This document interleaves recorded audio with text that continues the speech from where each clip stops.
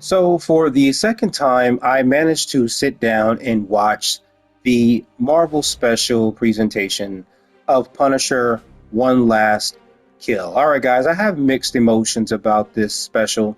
And while I liked it, I didn't love it. And I felt there were a lot of things that were constantly repeated, things that I felt that we have long gotten past with the Punisher character. Now, if we all know about Punisher, we understand that this is a no nonsense character who has basically made a decision to enact a complete war on a crime by any means necessary. And that's something that has made his character loved.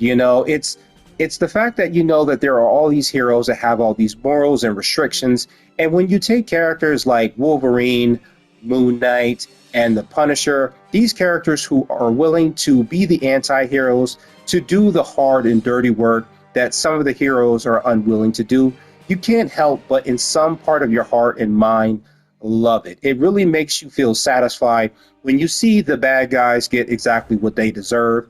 And something that really made me excited to see the Punisher finally show up in the Netflix series was something amazing.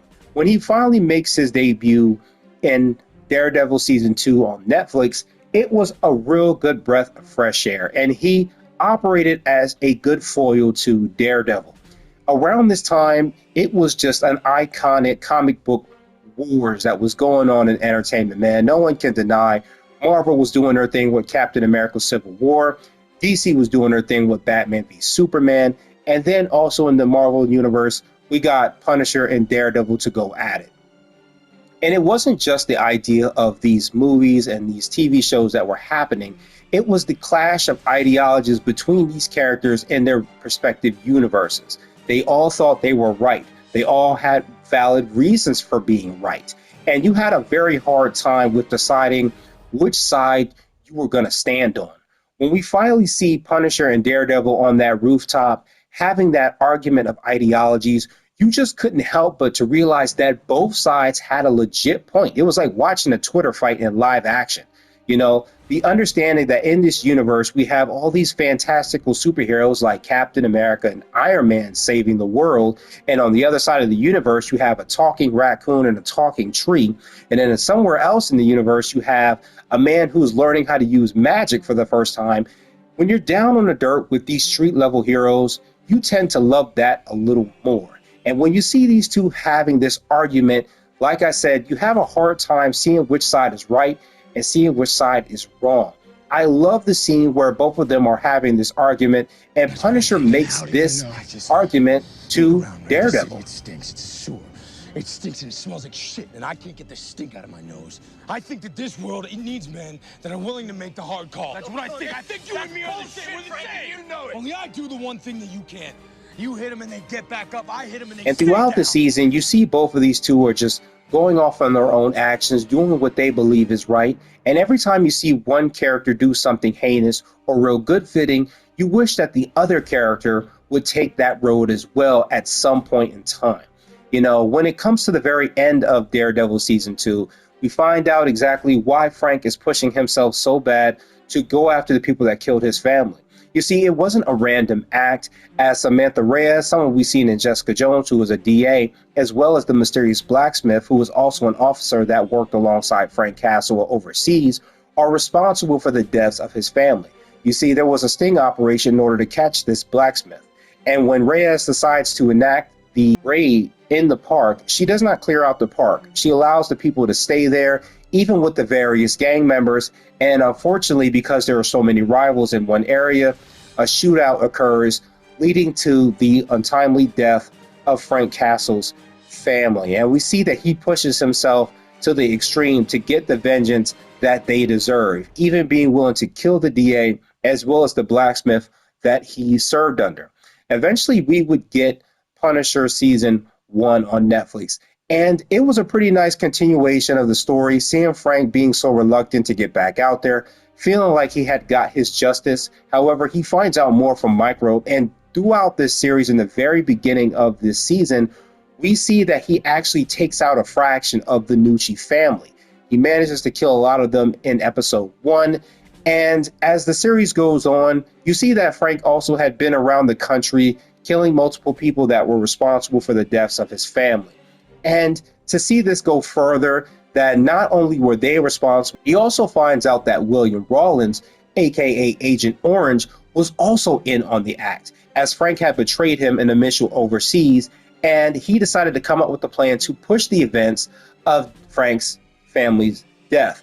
He was also supported by Billy Russo. Now, Russo is a Marine buddy and also best friend to Frank Castle, so that hits hard. And it makes you feel even better when Frank finally gets his vengeance and, manages to kill Rawlins, but also tortures the hell out of Billy Russo by sliding his face down that glass. By season 2 of Punisher, which came out actually a year after that, I actually really only like this story for 2 reasons. One, of course, is the brutal kills. Okay, let's just not get that out of the way.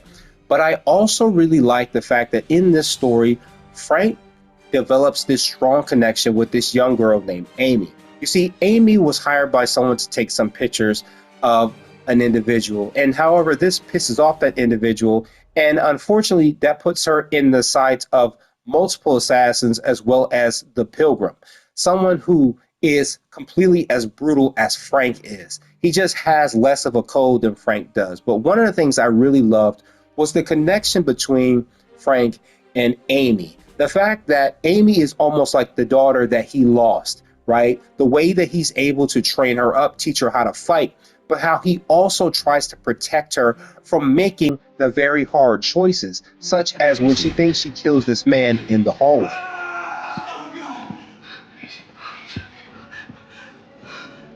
I killed him. You good?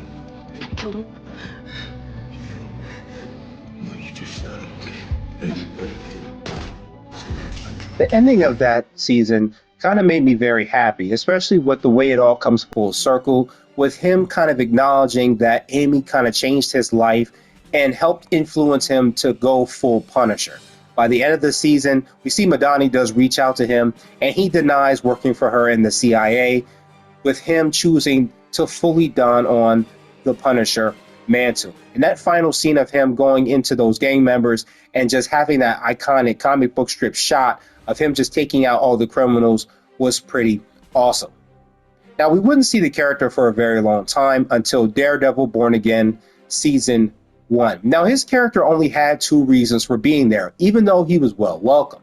He kind of exists as the pushing foil to Matt. You see, Matt was still dealing with the loss of Foggy, the fact that he did not get vengeance exactly for his death, only the fact that Bullseye is in jail. He just doesn't feel like it's the right thing, while also feeling like he needs to get back out there as Daredevil.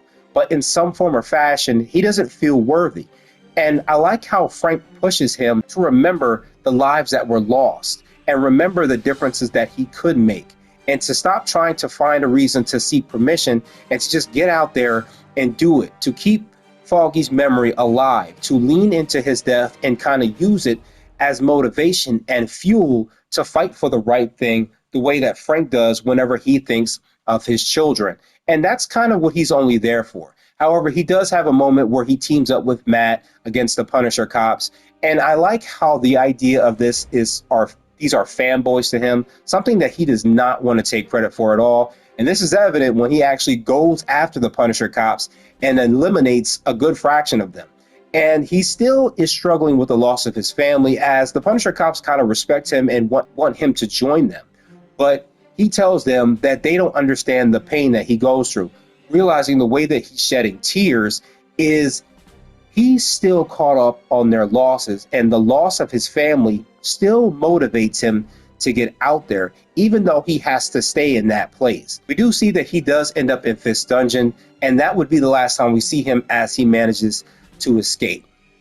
Sometime later, we would find out about the Punisher special, and I was super excited to see this character return, to have his own adventure, and I was more excited to see that it was more condensed and less of a series, right? Also, to add excitement to it was that Jon Bernthal was, holding the reins for this series. He wrote everything himself.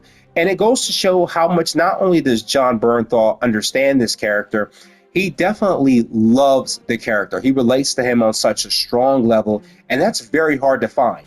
And that has put Jon Bernthal alongside people like Vincent D'Onofrio, Charlie Cox, Robert Downey Jr., Benedict Cumberbatch, the type of actors that fit these roles so perfectly. He has definitely aligned himself with the Punisher character. And the special would pick up on a little while after he escapes, and he seems to have settled down a little part of the city. However, things have gotten really bad with the Nucci family now missing, a family that, like I said before earlier, Frank is responsible for killing. And it seemed that crime has gone up heavily. People are getting attacked in the streets, and we see that throughout the preview of the special.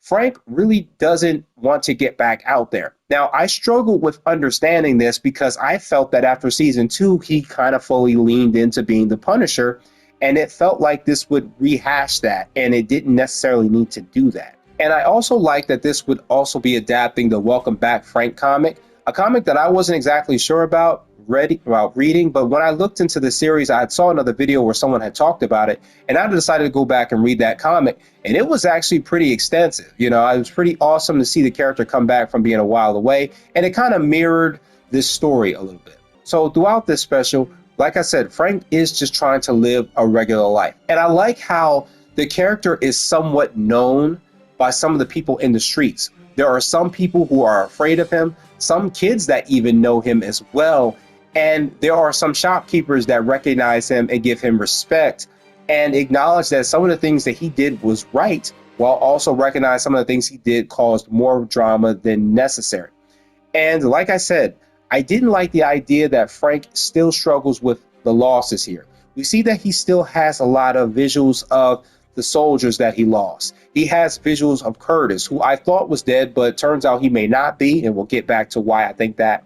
And even though that these people are figments of his imagination, they are a small part of his conscience. They are the part of him that's wondering where he's going next. Do you want to face this situation? What are you going to do about this? Where do you go from here? Can you be a regular person after that? These are all the voices that are constantly going off in Frank's head, and we see these are just his subconscious kind of taking form from the people that he knows. And that's very interesting. We do see eventually Frank does decide to just stop. He rips down all the pictures of all the criminals that he's killed, feeling that he's finally completed his mission and wondering where does he go from here. You know, the idea of him sitting at the gravestone with his family, once again, it feels a little slow to me. I know this is always a part that encourages Frank to do what he does, but it kind of felt like this had been rehashed so many times, especially when we felt like the character was finally supposed to accept where he was and where he would be going in the future of the MCU. I just felt like they went back and rehashed the whole thing. Now, granted, I really liked seeing the parts with his family, the kind of flashbacks that he has with the one patch, two patch with his daughter, sitting there seeing her disappointed with him not wanting to read the book, seeing his son disappointed about not watching him swim, watching the arguments with his wife, and seeing how dark it turns when you get to see them with the wounds that they have and them bleeding out and him being unable to save them. Now, this doesn't match what we heard about in the Netflix series, as the way that Frank talks about his daughter being dead, that she had meat spilling out of her face. But I guess they didn't want to get that graphic with the presentation. I guess I understand that. I think that probably would have been a little bit graphic, but it would have aligned. But I guess this was more about the idea of what Frank is dealing with. He hasn't really gotten past the loss of his family. And I understand that this is what the character always leans into to give him the strength to do what he has to do. Because in Born Again, that's what he talks to Matt about, how he always hears his son talking, how he always hears his daughter talking. And that gives him the motivation to get out there and do something. But here we see Frank has just fallen so deep down into the dark place.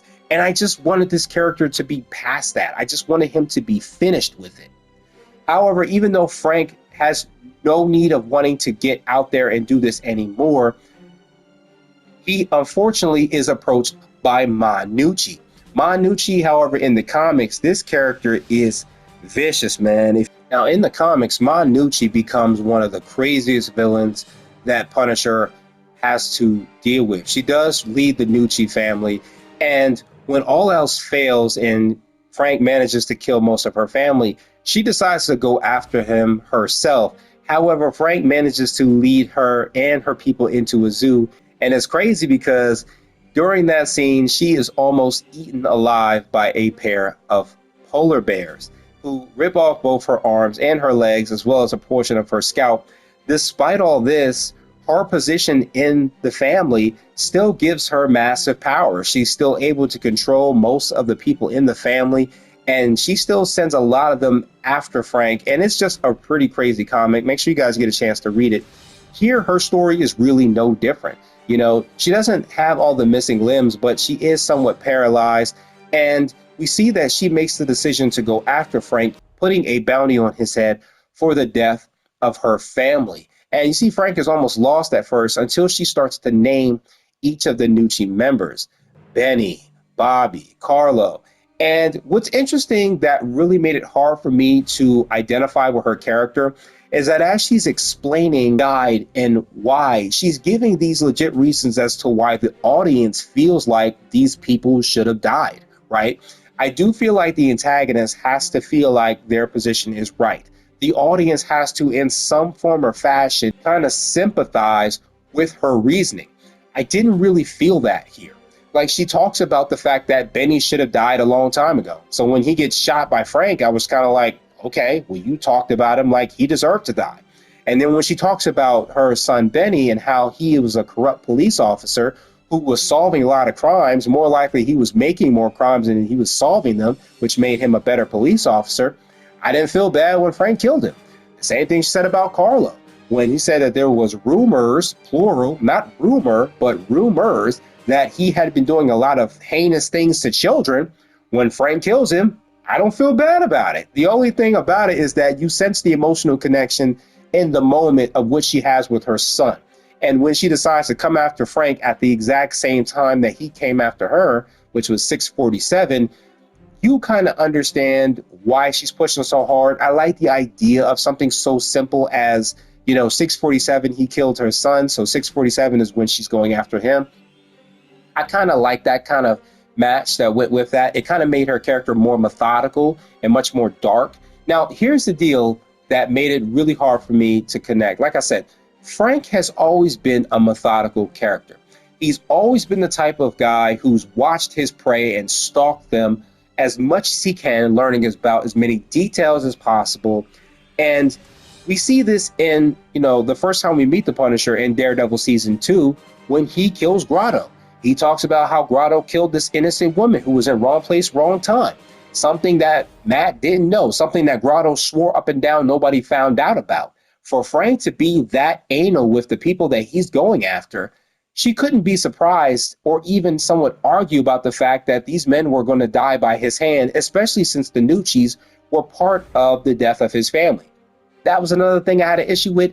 It seems that everybody seems to be a part of Frank's family's death. It just seems like every time Frank comes back, there is somebody who's responsible for his family's death. That's got to stop somewhere, in my opinion.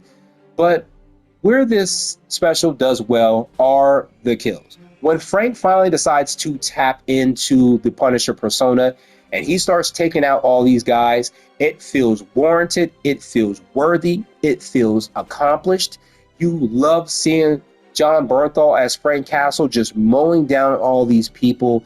It really puts him back into that light of being the vengeful individual he has to be for the innocent people around him. You see him protecting people while at the same time taking out the criminals all around him.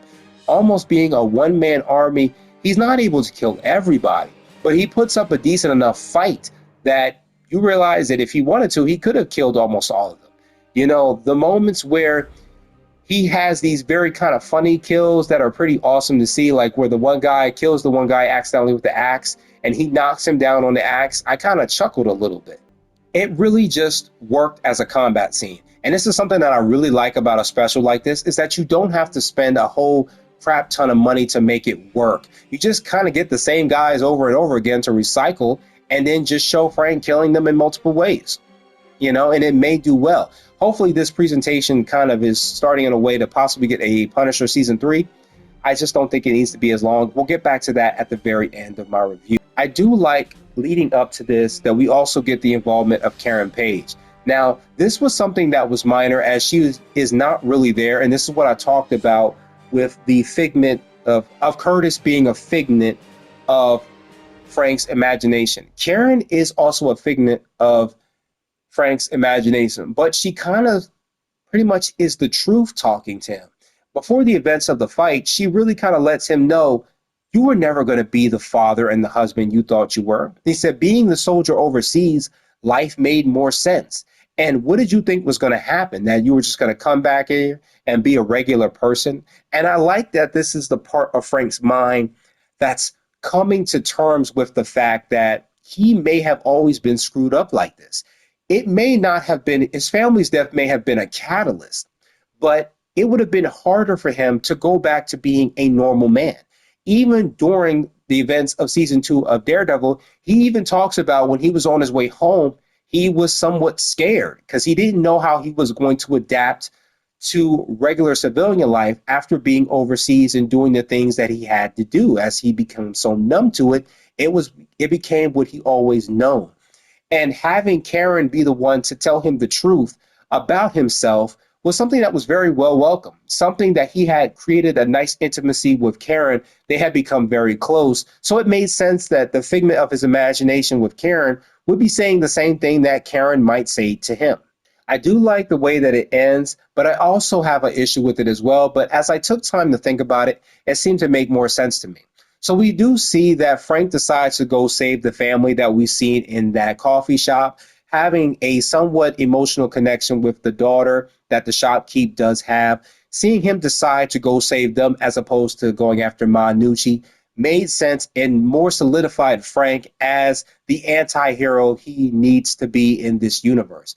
Seeing him go and save that family and put himself out there as not a monster, but as people would see him as somewhat of a hero, being willing to do the things that Spider-Man is not always around to do, that now Daredevil is not able to do. And I like that. I like that in some sense that people see Frank and they see that the things that he is doing is not necessarily evil. It's something that's necessary in order to protect people. And I didn't like the idea that Manucci gets away, but I started to realize that a character that's street level threat like that, she has the option of kind of standing around in the MCU a little longer, being a foil to people like Luke Cage or Jessica Jones, maybe Daredevil later on down the line, maybe coming back and pestering Frank later on. Maybe she may become a problem during Daredevil season 3, as we're supposed to have multiple antagonists in that season. Maybe Frank might come back and say he has to go after Manucci, something that the other heroes may not be okay with. That would be pretty interesting to see. Maybe seeing her have a problem with Spider-Man. As we know, Spider-Man is a street-level hero. There's just a whole bunch of different options they can do with that character, and it kind of works. You know what I mean? It kind of makes me a little bit more excited to see it. I just feel like my biggest gripes with this is that a lot of the issues that were in the season, like the past tensions, should have been settled. I know the Nucci family was somewhat responsible for Frank's family's death. I just kind of feel like we always go back to it. This special was about showing how Frank goes from being the Punisher to being the Punisher that goes against Spider-Man. Like, what about this special puts him in the crosshairs of the events that take place in Brand New Day? That's what I was kind of hoping for. I didn't want to see him becoming the Punisher again for like the third time. We already seen that happen. So why we had to go back to it again after this character already hashed out the whole identity issue was unknown to me. And that's what kind of bogged it down a little bit, just in my opinion. So my closing thoughts, I liked it. I didn't love it. I mean, this character definitely needs to be more featured around the MCU. And I do think that this special would have been better if it was like a 3 or 4 episode special. I think I would have liked that just a little bit more. You know, it didn't have to be a full-on movie, but it could have benefited from maybe like a 1-2 episode special, or maybe 1-2-3 episode special. Just maybe it would have been a difficult issue trying to figure out how to get Frank from the very sad and depressed part of himself to the full-on Punisher. And maybe that journey probably wouldn't made any sense between 3 episodes, as like I said, this has already happened over and over again. But I am glad to see the character is back. I'm glad to see that we have a new ground level villain somewhere in the MCU. I'm glad to see that Marvel is trying to grow and adapt with that. I feel like the street level villains are much more interesting than the big cosmic threats. I love the cosmic threats, but I love when we get these very small, not small, but complicated issues that may be too minuscule or small for the big superheroes to see. So when you get these very personal, on the ground stories where people don't have superpowers to just, handle issues anymore, it kind of creates much more complex issues. So I am excited to see where Manucci fits into the MCU going forward. I'm excited to see. I'm still excited to see Frank in Brand New Day. I just kind of hope they give more of an answer as to why Frank is in the position that he's in against Spider-Man. That is something that I really want to see in this movie. But I know it's supposed to be a Spider-Man movie, not a Punisher movie. But give us something to make me feel like watching this presentation was worth my time. All right, guys. So I've been Unspoken Reviews. I hope you enjoyed this review, and I will catch you guys in